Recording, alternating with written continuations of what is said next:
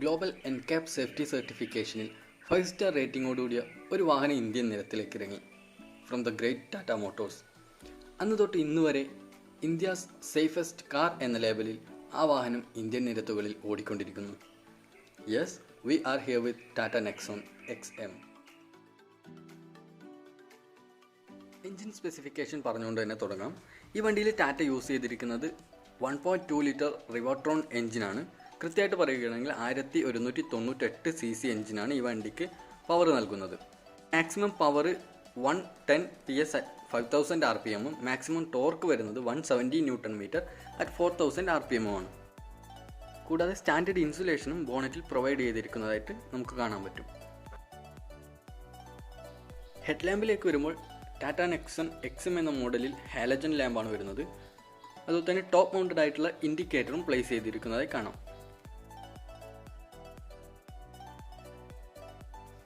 തൊട്ട് താഴെയായിട്ട് fog lamp position കാണാം. XM എന്ന മോഡലിൽ ഫോഗ് ലാമ്പും ഡിഫോൾട്ടായിട്ട് വരുന്നില്ല. മധ്യഭാഗത്തായിട്ട് ടാറ്റ സിഗ്നേച്ചറോട് കൂടിയ വലിപ്പം കൂടിയ ഗ്രില്ലാണ് യൂസ് ചെയ്തിരിക്കുന്നത്. ഹെഡ് ലാമ്പ് സെക്ഷനിൽ നിന്നും തുടങ്ങുന്ന ക്രോമിയം ഫിനിഷിംഗ് ഇതിനടിയിലൂടെ പോകുന്നതായിട്ട് കാണാം. അതുപോലെ തന്നെ ഏറ്റവും മുകളിലായിട്ട് പിയാനോ ബ്ലാക്ക് ഫിനിഷിങ്ങും നൽകിയിട്ടുണ്ട്. ഫ്രണ്ട് ബമ്പറിൻ്റെ ഏറ്റവും താഴെയായിട്ട് വലിപ്പം കൂടിയ എയർ ഡക്റ്റുകൾ പ്രൊവൈഡ് ചെയ്തിരിക്കുന്നത് കാണാം. നെക്സ്റ്റ് ടയറിലേക്ക് നോക്കുമ്പോൾ ടയർ സൈസ് വരുന്നത് 195/60 16 ഇഞ്ച് വീൽസ് ആണ്. ഫ്രണ്ടിലും ബാക്കിലും സെയിം സൈസ്ഡ് ടയർ തന്നെയാണ് ഈ വണ്ടിയിൽ ഉപയോഗിച്ചിരിക്കുന്നത്. ബ്ലാക്ക് ഫിനിഷിങ്ങോട് കൂടിയ ഒരു വലിയ വീൽ ആർച്ച് കൊടുത്തിട്ട് ഈ വണ്ടിയുടെ രൂപം കുറച്ചുകൂടി SUV എന്ന തലത്തിലേക്ക് ആക്കുന്നതിൽ ടാറ്റ ശ്രമിച്ചിരിക്കുന്നതായിട്ട് നമുക്കിവിടെ കാണാം. സൈഡ് ഇൻഡിക്കേറ്റേഴ്സ് മൗണ്ട് ചെയ്തിരിക്കുന്ന ഔട്ട്സൈഡ് റിയർ വ്യൂ മിററാണ് ഈ വണ്ടിയിൽ വരുന്നത്. അതുപോലെ തന്നെ വശങ്ങളിലെ 2 ഡോറിലുമായിട്ട് ഏറ്റവും താഴെ ഒരു ബ്ലാക്ക് പാഡിങ് കാണാം. അത് വണ്ടിയുടെ സേഫ്റ്റിക്ക് വേണ്ടിയിട്ടാണ്, അല്ലെങ്കിൽ ചെറുതായിട്ടുള്ള സ്ക്രാച്ചൊക്കെ അവോയ്ഡ് ചെയ്യാൻ വേണ്ടിയിട്ടാണ് ഈ പാഡിങ് നൽകിയിരിക്കുന്നത്. ഏറ്റവും പുറകിലായിട്ട് ടെയിൽ ഗേറ്റിലേക്ക് വരുമ്പോൾ ഈ വണ്ടിയിൽ ഉപയോഗിച്ചിരിക്കുന്നത് സ്പ്ലിറ്റ് ടെയിൽ ലാമ്പ്സ് ആണ്. ടെയിൽ ലാമ്പിൻ്റെ വശങ്ങളിൽ നിന്നും സ്റ്റാർട്ട് ചെയ്ത് സെൻറ്ററിലേക്ക് വരുമ്പോൾ ടാറ്റ സിഗ്നേച്ചറോട് കൂടിയ ഒരു വൈറ്റ് ലൈനിങ് കാണാം. ഇതിൻ്റെ ഈ വൈറ്റ് കളർ ചെറുതായിട്ട് അരോചകമായിട്ട് തോന്നി, കാരണം ഗ്ലോസി ബ്ലാക്ക് ഫിനിഷ് ആയിരുന്നെങ്കിൽ കുറച്ചുകൂടി നന്നായിരുന്നേനെ. ഈ വേരിയൻറ്റിനെ സംബന്ധിച്ചിടത്തോളം റിയർ പാർക്കിംഗ് സെൻസർ എന്ന് പറയുന്നത് ഡിഫോൾട്ട് ആയിട്ടുള്ള ഒരു ഓപ്ഷനാണ്. ഈ വണ്ടിയിൽ അതുപോലെ തന്നെ പാർക്കിംഗ് ക്യാമറ കാണാം. അതൊരു ആഫ്റ്റർ മാർക്കറ്റ് അല്ലെങ്കിൽ എക്സ്റ്റേണലായിട്ട് ചെയ്തിരിക്കുന്ന ക്യാമറയാണ്. റിയർ ബമ്പറിൻ്റെ ഏറ്റവും താഴെയായിട്ട് ചെറുതായിട്ടുള്ളൊരു ലൈറ്റും പ്രൊവൈഡ് ചെയ്തിട്ടുണ്ട്. So let's open the boot. നെക്സോണിൻ്റെ XM എന്ന വേരിയൻറ്റിൽ പാർഷ്യൽ ട്രേ ഡിഫോൾട്ടായിട്ട് വരുന്നില്ല. ഇതും ആഫ്റ്റർ മാർക്കറ്റായിട്ട് ചെയ്തിരിക്കുന്നതാണ്. ബൂട്ടിൻ്റെ 2 വശങ്ങളിലായിട്ട് 4 ഹുക്ക് പ്രൊവൈഡ് ചെയ്തിട്ടുണ്ട്. പ്ലാസ്റ്റിക്കിൻ്റെ ഹുക്കാണ്. ഏറ്റവും താഴെയായിട്ടാണ് സ്പെയർ വീൽ നൽകിയിരിക്കുന്നത്. ടാറ്റ ഈ വണ്ടിയിൽ നൽകിയിരിക്കുന്നത് 350 ലിറ്ററിൻ്റെ ബൂട്ട് സ്പേസ് ആണ്.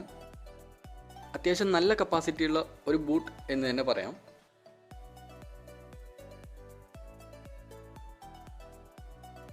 ഇവിടെ 2 വശത്തുമായിട്ട് ടാറ്റയുടെ ബാഡ്ജിങ് കൊടുത്തിട്ടുണ്ട്. ഇതുപോലെയുള്ള ചെറുതായിട്ടുള്ള പല ഡീറ്റെയിലും നമുക്ക് ഈ വണ്ടിയിൽ കാണാൻ സാധിക്കുന്നതാണ്. ഈ വണ്ടിയുടെ സൗന്ദര്യത്തെ വളരെ നന്നായിട്ട് എൻഹാൻസ് ചെയ്യാൻ പറ്റുന്ന തരത്തിലുള്ള ഒരു ഇൻ്റഗ്രേറ്റഡ് റിയർ സ്പോയിലർ നൽകിയിട്ടുണ്ട്. അതിനോട് ചേർന്ന് തന്നെ ഒരു ഹൈ മൗണ്ട് സ്റ്റോപ്പ് ലാമ്പും നൽകിയിട്ടുണ്ട്. അപ്പോൾ നമുക്ക് വണ്ടിയുടെ അകത്തേക്ക് കയറാം. റിയർ സീറ്റിലേക്ക് കയറിയിട്ട് ഉള്ളിലുള്ള പ്രത്യേകതകളൊക്കെ ഒന്ന് നോക്കാം. പിയാനോ ബ്ലാക്ക് ഫിനിഷിങ്ങും അതുപോലെ തന്നെ ഡുവൽ ടോണോടും കൂടിയിട്ടുള്ള ഒരു ബാക്ക് ഡോറാണ് ഈ വണ്ടിയിൽ ഡിസൈൻ ചെയ്തിരിക്കുന്നത്. ക്രോമിയം ഫിനിഷിംഗ് ഒന്നും തന്നെ ഡോറിലൊന്നും കൊടുത്തിട്ടില്ല. മാത്രമല്ല നല്ല ക്വാളിറ്റിയുള്ള ഹാർഡ് പ്ലാസ്റ്റിക്കാണ് യൂസ് ചെയ്തിരിക്കുന്നത്. ഡീസൻറ്റ് സൈസിലുള്ള ഡോർ പോക്കറ്റ്സ് ആണ്, അത്ര വലുതൊന്നുമല്ല. ഏറ്റവും താഴെയായിട്ട് നോർമലായിട്ട് കാണുന്ന പോലെ അതിൻ്റെ സ്പീക്കറും നൽകിയിട്ടുണ്ട്. അകത്തോട്ട് കയറിയിരിക്കുമ്പോൾ റിയർ പാസഞ്ചേഴ്സിന് വളരെയധികം സ്പേസ് ലഭിക്കുന്നുണ്ട്. റിയർ വിൻഡോസ് അത്യാവശ്യം വളരെ വലുതായിട്ട് തന്നെയാണ് ചെയ്തിരിക്കുന്നത്. സ്പേസിലേക്ക് നോക്കുകയാണെങ്കിൽ വളരെ കൂടിയ ലെഗ് റൂമും അതുപോലെ തന്നെ നീ റൂമും വരുന്നുണ്ട്. ഇവിടെ സെൻട്രലായിട്ട് ഒരു സ്റ്റോറേജ് സ്പേസ് നൽകിയിട്ടുണ്ട്. കൂടാതെ റിയർ പാസഞ്ചേഴ്സിന് ഇരുവശത്തായിട്ടും ഹാൻഡിലും നൽകിയതായി കാണാം. കംഫർട്ടിനെ കുറിച്ച് പറയുമ്പോൾ അല്ലെങ്കിൽ സീറ്റിനെ കുറിച്ച് പറയുമ്പോൾ 10 ലക്ഷം രൂപയുടെ ഒരു വാഹനമായിരുന്നിട്ടും കൂടി സെൻറ്റർ ആംറെസ്റ്റ് ഒന്നും വരുന്നില്ല. അതുപോലെ തന്നെ അഡ്ജസ്റ്റബിൾ ഹെഡ് റെസ്റ്റും ഈ വണ്ടിയിൽ റിയർ പാസഞ്ചേഴ്സിന് നൽകിയിട്ടില്ല എന്നതാണ് കാര്യം. പക്ഷേ സീറ്റിൻ്റെ ക്വാളിറ്റി അല്ലെങ്കിൽ നല്ല കുഷൻ ഉപയോഗിച്ചിട്ട് തന്നെയാണ് സീറ്റ് ചെയ്തിരിക്കുന്നത്. അതുകൊണ്ട് തന്നെ യാത്രക്കാർക്ക് കിട്ടുന്ന സപ്പോർട്ട് വളരെ വലുതാണ്. ഏറ്റവും താഴെ സെൻട്രലായിട്ട് എല്ലാ വണ്ടികളിലും കാണുന്ന പോലെ ഹമ്പുണ്ട്. പക്ഷേ മറ്റു വണ്ടികളെ അപേക്ഷിച്ചിട്ട് അത്യാവശ്യം ചെറുതായിട്ടുള്ള ഒരു ഹമ്പാണ് ഈ നെക്സോണിൽ നൽകിയിരിക്കുന്നത്. ഒരു കാര്യം പറയാൻ വിട്ടുപോയി, സ്കൂപ്ഡ് സീറ്റ്സ് ആണ് നൽകിയിരിക്കുന്നത്. അതുകൊണ്ട് തന്നെയാണ് റിയർ പാസഞ്ചേഴ്സിന് അത്യാവശ്യം വളരെയധികം നീ റൂം ലഭിക്കുന്നത്. എനിവേ 3 പേർക്ക് കംഫർട്ടായിട്ട് ഇരുന്ന് യാത്ര ചെയ്യാൻ പറ്റുന്ന ഒരു തരത്തിൽ തന്നെയാണ് ഇതിൻ്റെ റിയർ പാസഞ്ചർ റൂം ഡിസൈൻ ചെയ്തിരിക്കുന്നത്. അടുത്തതായിട്ട് നമുക്ക് ഡ്രൈവർ സീറ്റിലേക്ക് പോകാം. ഞങ്ങൾ ഓൾറെഡി മെൻഷൻ ചെയ്ത പോലെ XM എന്ന മോഡലാണ് ഇത്. ഡ്രൈവർ ഡോറിലേക്ക് നോക്കുമ്പോൾ കൺട്രോൾ ബട്ടൺസ് കാണാം. പവർ വിൻഡോയുടെ ലോക്കിനുള്ള ബട്ടണാണ്. അതുപോലെ തന്നെ മറ്റ് നോർമലായിട്ട് പവർ വിൻഡോസിൻ്റെ ബട്ടൺ കൊടുത്തിട്ടുണ്ട്. ഇവിടെയും ഹാർഡ് പ്ലാസ്റ്റിക്കും നേരത്തെ കണ്ട പിയാനോ ബ്ലാക്ക് ഫിനിഷിങ്ങും കാണാം. ചില പ്രീമിയം വണ്ടികളിൽ മാത്രം കണ്ടിട്ടുള്ള ഒരു ലക്ഷറി ഫീച്ചർ എന്ന് തന്നെ പറയാം. അങ്ങനെ ഒരു ഫീച്ചർ ഞാൻ ഈ വണ്ടിയിൽ കണ്ടു. അത് അംബ്രല്ല ഹോൾഡറാണ്. അത്യാവശ്യം ഡീറ്റെയിൽഡ് ആയിട്ട് തന്നെയാണ് കേട്ടോ ഫ്രണ്ട് ഡോർ ചെയ്തിരിക്കുന്നത്.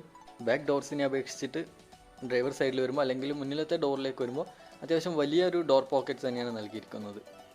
ഇവിടെയായിട്ട് നമുക്ക് ടാങ്ക് ലിഡ് ഓപ്പണർ കാണാം. അതുപോലെ തന്നെ മാനുവലി അഡ്ജസ്റ്റബിൾ ആണ് സീറ്റ് വരുന്നത്. ഇവിടെ ആയിട്ട് ഒരു സ്റ്റോറേജ് സ്പേസ് നൽകിയിട്ടുണ്ട്. ഒരു കാര്യം വിട്ടുപോയി, ഔട്ട്സൈഡ് റിയർ വ്യൂ മിററിൻ്റെ ബട്ടൺ ഇവിടെ കൊടുത്തിട്ടുണ്ട്. അതുപോലെ തന്നെ ഡോറ് ഓപ്പൺ ആയിട്ടാകുമ്പോൾ ഒരു വ്യൂ നമുക്ക് കാണാം.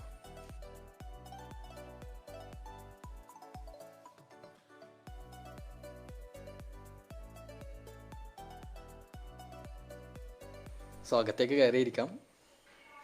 വലിയ വണ്ടിക്കൊരു ചെറിയ സ്റ്റെയറിംഗ് ആണ് നൽകിയിരിക്കുന്നത്. ബട്ട് എനിവേ അത്യാവശ്യം ഡീറ്റെയിൽഡ് ആയിട്ട് കാണാൻ നല്ല ഡിസൈനിൽ തന്നെയാണ് ഈ സ്റ്റെയറിംഗ് ചെയ്തിരിക്കുന്നത്. പിയാനോ ബ്ലാക്ക് ഫിനിഷിങ്ങോട് കൂടിയിട്ട് ബ്ലൂടൂത്തിൻ്റെ എൻ്റർടൈൻമെൻറ്റ് സിസ്റ്റത്തിൻ്റെ ഒക്കെ ബട്ടൺസ് കൊടുത്തിട്ടുണ്ട്.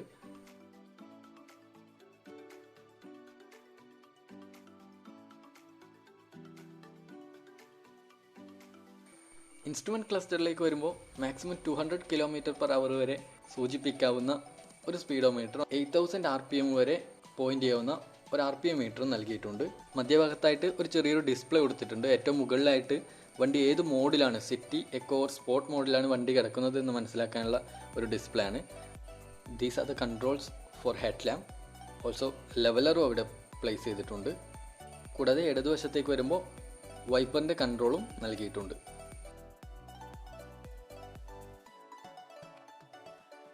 6 സ്പീഡ് മാനുവൽ ട്രാൻസ്മിഷൻ സിസ്റ്റമാണ് ഗിയർ ബോക്സിന് നൽകിയിരിക്കുന്നത്.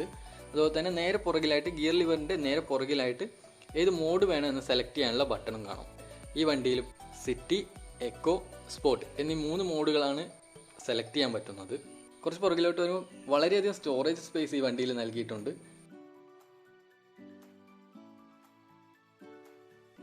ഇൻഫോർടൈൻമെൻറ്റ് സിസ്റ്റത്തിന് വളരെ ചെറിയൊരു സ്ക്രീനാണ് കൊടുത്തിട്ടുള്ളത് XM എന്ന വേരിയൻറ്റിൽ. ഇവിടെ എന്തോ ഒരു ടെക്സ്റ്റ് കൊടുത്തിട്ടുണ്ട്, എയർ ബാഗ് എന്നായിരിക്കണം. സൈഡ് AC വെൻസ് ആണ്. അതിനോട് തൊട്ട് തന്നെ ഒരു ലൈറ്റ് ഗ്ലോസി ഫിനിഷിങ്ങും നൽകിയിട്ടുണ്ട്. ഡുവൽ സെൻറ്റർ AC വെൻസിൻ്റെ മധ്യത്തിലായിട്ട് ഹസാർഡ് ലൈറ്റിൻ്റെ സ്വിച്ച് കൊടുത്തിട്ടുണ്ട്. അതിന് നേരെ താഴെയായിട്ടാണ് ഓഡിയോ സിസ്റ്റത്തിൻ്റെ കൺട്രോൾസ് വരുന്നത്. Volume up and down button വരുന്നുണ്ട്. അതുപോലെ തന്നെ മറ്റ് കൺട്രോൾ സ്വിച്ചുകളും ട്യൂണിംഗ് സ്വിച്ചും ഒക്കെ ഇതിൽ കൊടുത്തിട്ടുണ്ട്. അതിൽ നിന്നും കുറച്ചും കൂടി താഴെയായിട്ട് ഗ്ലോസി ബ്ലാക്ക് ഫിനിഷിങ്ങിൽ അല്ലെങ്കിൽ പിയാനോ ബ്ലാക്ക് ഫിനിഷിങ്ങിൽ വളരെ മനോഹരമായിട്ടാണ് ക്ലൈമറ്റ് കൺട്രോളിൻ്റെ ബട്ടൺസ് നൽകിയിരിക്കുന്നത്. XM എന്ന വേരിയൻറ്റിനെ സംബന്ധിച്ചിടത്തോളം ഓട്ടോമാറ്റിക് ക്ലൈമറ്റ് കൺട്രോൾ വരുന്നില്ല. നെക്സോണിൻ്റെ തന്നെ ഫുൾ ഓപ്ഷനിലേക്ക് പോകുമ്പോൾ ഈ വണ്ടിയിൽ ഓട്ടോമാറ്റിക് ക്ലൈമറ്റ് കൺട്രോൾ എന്ന ഒരു ഫീച്ചറും കൂടി ഇൻക്ലൂഡ് ചെയ്യപ്പെടുന്നുണ്ട്. USB ഓക്സ് പോർട്ടുകളും അതുപോലെ തന്നെ ഇടതുവശത്തായിട്ട് ഒരു 12 വോൾട്ട് ചാർജറും നൽകിയിരിക്കുന്നതായി കാണാം. ഗ്ലൗ ബോക്സിൻ്റെ കാര്യത്തിലേക്ക് കടക്കുമ്പോൾ ഒരു ബട്ടൺ പ്രസ് ചെയ്ത് കഴിഞ്ഞാൽ ഓപ്പണായി വരുന്ന തരത്തിലാണ് ഗ്ലൗ ബോക്സ് ഡിസൈൻ ചെയ്തിട്ടുള്ളത്. അതൊരു നല്ല ഡിസൈനായിട്ട് തോന്നി. എനിവേ കൂളിംഗ് ഫംഗ്ഷനോ ലൈറ്റോ ഒന്നും തന്നെ ഗ്ലൗ ബോക്സിനകത്ത് നൽകിയിട്ടില്ല. അത് ചെറിയൊരു പോരായ്മയായിട്ട് തോന്നി. പാസഞ്ചർ ഡോറിലും പിയാനോ ബ്ലാക്ക് ഫിനിഷിങ്ങും അതുപോലെ തന്നെ അംബ്രല്ല ഹോൾഡറും ഒക്കെ നൽകിയിട്ടുണ്ട്. അതുപോലെ തന്നെ ഒരു ഹാൻഡിലും പാസഞ്ചർ സൈഡിൽ നൽകിയിട്ടുണ്ട്. ഇവിടെയായിട്ട് ഡ്രൈവർ സൈഡിൽ ഒരു ടിക്കറ്റ് ഹോൾഡർ മാത്രമാണ് കൊടുത്തിട്ടുള്ളത്. മിറേഴ്സ് ഒന്നും തന്നെയില്ല. ബട്ട് പാസഞ്ചർ സൈഡിലേക്ക് പോകുമ്പോൾ ടിക്കറ്റ് ഹോൾഡറിന് പകരം അവിടെ ഒരു മിററാണ് നൽകിയിരിക്കുന്നത്. സെൻറ്ററിലായിട്ട് ക്യാബിൻ ലാമ്പിന് പുറകിൽ ഒരു ഗ്ലാസ് ഹോൾഡർ നൽകിയിട്ടുണ്ട്. കൂടാതെ അത്യാവശ്യം വലിപ്പം കൂടിയ ക്യാബിൻ ലാമ്പ് തന്നെയാണ് ഉപയോഗിച്ചിരിക്കുന്നത്. നല്ല തരത്തിലുള്ള പ്രകാശവും ആ ക്യാബിൻ ലാമ്പിൽ നിന്ന് ലഭിക്കുന്നുണ്ട്. No auto dimming mirrors used. Climate control സെക്ഷനിൽ നിന്ന് തുടങ്ങുന്ന ഈ പിയാനോ ബ്ലാക്ക് ഫിനിഷിങ് നീണ്ടു കിടക്കുന്നതായിട്ട് കാണാം.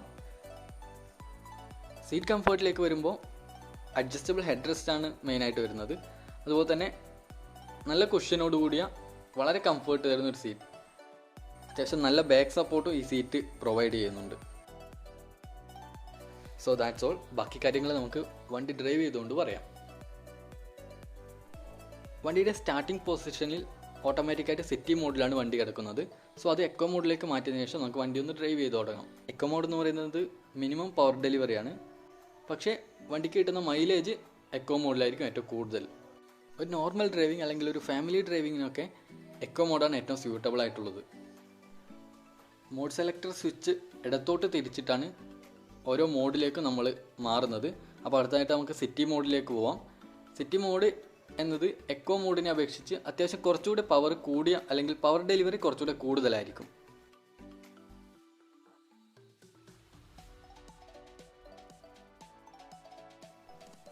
ഇപ്പോൾ നമ്മൾ ഡ്രൈവ് ചെയ്യുന്നത് ഈ വണ്ടിയുടെ ഏറ്റവും കൂടിയ പവറിലാണ്. ദാറ്റ് മീൻസ് സ്പോർട്ട് മോഡിലാണ് വണ്ടി ഡ്രൈവ് ചെയ്യുന്നത്.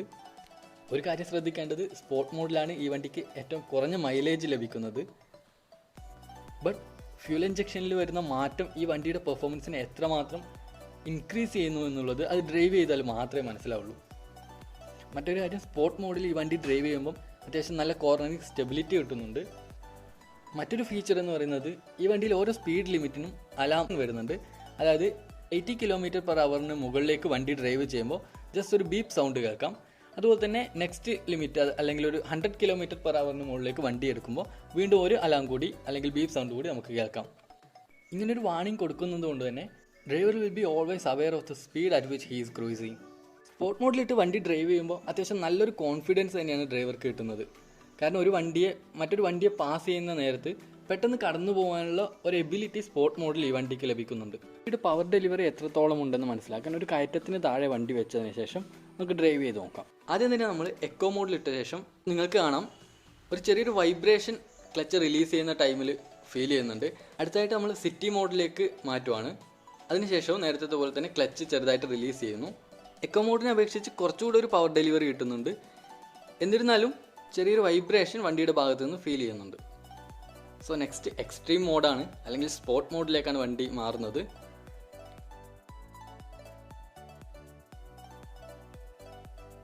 ഇവിടെ ഇപ്പോൾ വണ്ടി മൂവ് ചെയ്ത് തുടങ്ങി. No vibrations. എക്സിലേറ്റർ പ്രസ് ചെയ്യാതെയാണ് ഈ വണ്ടി ഇപ്പോൾ ഈ കയറ്റം കയറിക്കൊണ്ടിരിക്കുന്നത്. ഈ കയറ്റം കംപ്ലീറ്റ് ആയിട്ട് എക്സിലേറ്റർ പ്രസ് ചെയ്യാതെ തന്നെ ഈ വണ്ടി കയറും എന്നുള്ളതാണ് സത്യം. ഈ ഒറ്റ കാര്യം കൊണ്ട് തന്നെ എക്കോ മോഡിൽ നിന്ന് സ്പോർട്ട് മോഡിലേക്ക് പോകുമ്പോൾ വണ്ടിയുടെ ഫ്യൂൽ ഇഞ്ചക്ഷനിലും പവർ ഡെലിവറിയിലും വരുന്ന ആ ഒരു മാറ്റം അല്ലെങ്കിൽ ആ ഒരു ഇൻക്രീസ് നമുക്ക് മനസ്സിലാക്കാൻ പറ്റും. ആക്സിലേറ്റർ പ്രസ് ചെയ്താൽ മാത്രമേ എക്കോ മോഡിൽ ഈ കയറ്റം വണ്ടിക്ക് കയറാൻ പറ്റുന്നുള്ളൂ.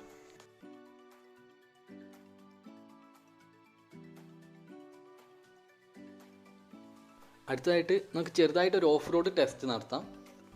വലിയൊരു ഓഫ് റോഡിങ് റൂട്ടൊന്നുമല്ല, എന്നാലും അത്യാവശ്യം കല്ലും അതുപോലെ തന്നെ കുണ്ടും കുഴികളൊക്കെ നിറഞ്ഞ ഒരു റൂട്ടാണ്. ആ റൂട്ടിലൂടെയാണ് ഇപ്പോൾ വണ്ടി ഡ്രൈവ് ചെയ്യുന്നത്.